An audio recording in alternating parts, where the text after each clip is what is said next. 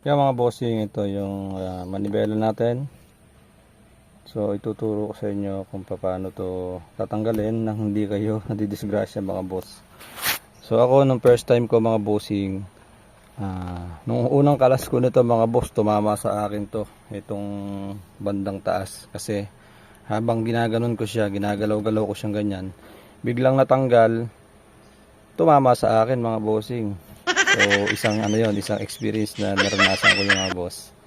Ngayon na share ko sa inyo mga bossing kung paano tanggalin nang hindi kayo madidisgrasya. So ito mga boss, pakita ko sa inyo. Kaya mga bossing, ito naluwagan ko na yung bolt nya. So ayan, natanggal ko na yung bolt. Ngayon mga bossing, wag nyo siyang tatanggalin nang hindi nakakabit to. So ilagay nyo lang siya kahit ng mga 3 ikot lang. So ayan, tsaka nyo uga-ugain mga boss. Ayan, para kung lumuwag siya mga bossing, hindi tatama sa inyo.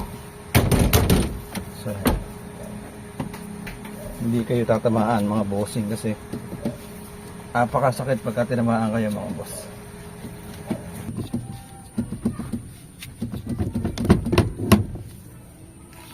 Ayan mga bossing, natanggalan natin yung yung manibela. Ayan, lumuwag na siya. So, ayan, nakontra natin yung manibela, hindi tayo tinamaan mga boss.